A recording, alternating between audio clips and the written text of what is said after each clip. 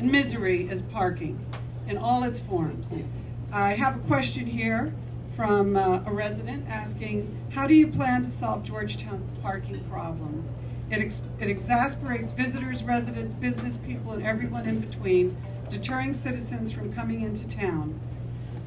Do you have a plan that either expands on what we have, changes it, or reinvents it completely? Mr. Alexander? First of all, I don't know if you've noticed this, but just coming here to have a good time in Georgetown, you have to have a roll of quarters with you. That's really ridiculous. No, two. Yeah, two. There you go. I'm correct, and she's absolutely right. It's very expensive to have a good time in Georgetown.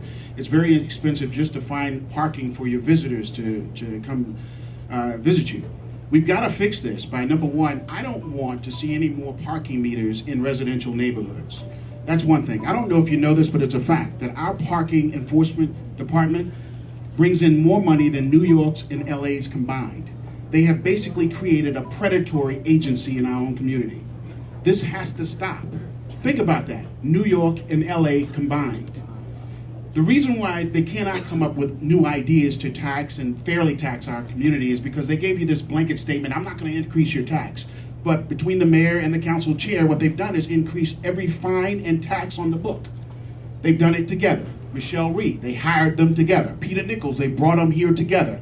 3 budgets and spending that took us into a $666 million deficit, they did that together. There's no difference between these two gentlemen. What I plan on doing is, first of all, the minimum business tax here in D.C. has been $100 for the past 30 years. I don't know if you know this, but there are 40,000 businesses in D.C. 25,000 of those businesses only pay $100 a year to do business in Washington, D.C.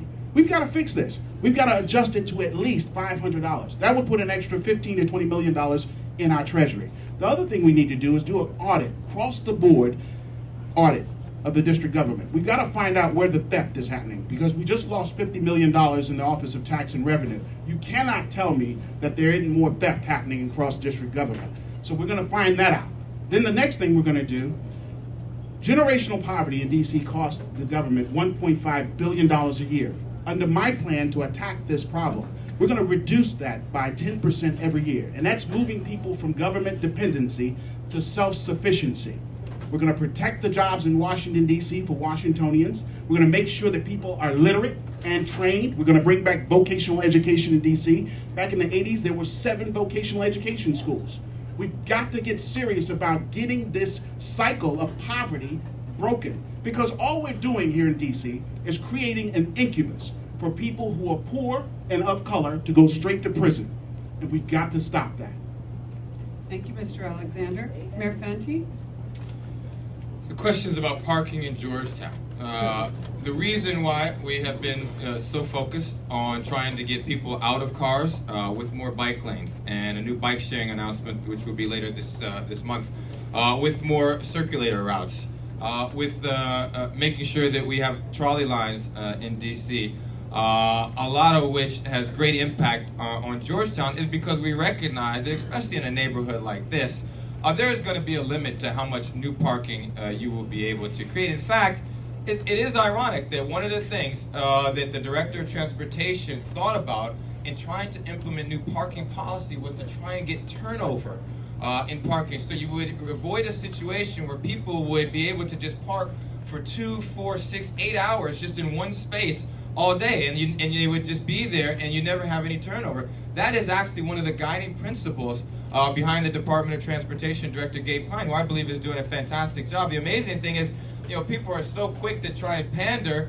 and they're so adverse to making tough decisions. No one's even listening to the real science behind why he's making some of these decisions, which I certainly support. It's easy, just blatantly easy to sit here and say, oh, we shouldn't raise parking meters to that, or we shouldn't do that. The tough thing to do is to manage an $11 billion government in the worst recession this country has seen in 80 years. You think we don't make tough decisions? Try the 2,500 positions that we've had to eliminate over the past 3 years. See all the programs that we've had to eliminate. You think laying off a person, is something you want to do? Never. but it's important. Remember how the agencies used to be run in the early 90s. Remember, agency directors would overspend their budget without any sense of accountability. That's what led us to the control board in the mid 90s. And talking about the control board, talking about Anthony Williams in this campaign, very glad to have his support. I'm very glad to have his endorsement. When Mayor Williams introduced Chancellor Reed. Can you ask me not to interrupt? Please just let the mayor speak. When Anthony Williams endorsed Michelle. He did not endorse you. Okay, thank you. When Anthony Williams introduced Michelle Reed the other day at one of her speeches, he said, anyone who thinks that the type of changes that the mayor and the chancellor have made can be done and keeping everybody happy it doesn't know what it takes to run a city. You know, my opponent talks about the baseball stadium. Remember when he ran for Ward 7 council member and said he was going to oppose the baseball stadium? Well, he did at 6 o'clock on the final vote, and then at midnight on the same day, he switched his vote. We need principle. We need people who stick by their votes. We need people who are not afraid to make tough decisions no matter the political consequences. You can go around pointing the finger and making blame, but leadership involves making tough decisions. That's why Mayor Williams has endorsed us. That's why we're making so many results in the city. And that's why, instead of going backwards, let's continue to go forward in this campaign and making a difference for the people in D.C. like we haven't seen in a long time. Thank you. The question was again about what? It's about parking in Georgetown. Parking, okay, parking, all right. First of all, the person who was responding to that in the audience is not just a casual observer. She happens to be Mayor Williams' mother, for those of you who don't know. So I'm sure that's why she's exercised about the answer that was given about the endorsement. So again, not to apologize on her behalf, but I know how strongly she feels about that. With respect to transportation in Georgetown, I happen to support many of those efforts that will get people out of cars. First of all, I've been a supporter ever since I've been on the council of increasing the number of bicycle lanes in the city. But frankly, creating bicycle lanes that somebody can make some sense out of. If you ride down Pennsylvania Avenue, you really will wind up in harm's way if you don't pay careful attention, because you've got to go down one side, cross over, and go down to the other side with a bicycle that, of course, is vulnerable potentially to motorists. I also support the circulator. The circulator has been around now for a number of years.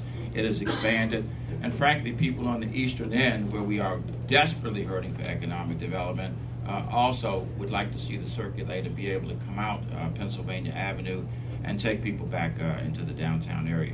I've been a supporter of streetcars. I simply have said that we need a plan for streetcars. The plan is to spend $1.5 billion over the next 20 years on a streetcar line that will then encompass will encompass 37 miles in the city by the year 2030. Right now, we don't have a clear statement about the power source. There's debate about that. The National Capital Planning Commission has resisted, because of the L'Enfant plan, overhead wires. We don't have a maintenance facility or a plan for one. We don't even have where the tracks have been laid. We don't even know where the tracks go on either end. So as a supporter, and who has supported a lot of money going into this project, I've asked for a plan that would tell us where the lines are going to go in and how they will be supported over time. I've also supported investing in Metro. $50 million, we were the first jurisdiction to step up. Maryland and Virginia should put up $50 million as well, and the federal government has now agreed to invest $150 million in the Metro system. I think one of the most important things is to support smart growth, and that is to begin to develop more transit-oriented residential opportunities so that people live where mass transit is located, so they don't feel the same pressing need as they do now to be able to get into their automobiles. A lot of people are moving into this city because they are sick and tired of the commute. Driving into the city, the gridlock, the traffic jams that they have to endure. So once they get into the city, we don't simply want to transplant the same behavior here. We want to get people more oriented towards riding mass transit, and we need to have a variety of options, including those that I've mentioned. Thank you, Mr. Chairman.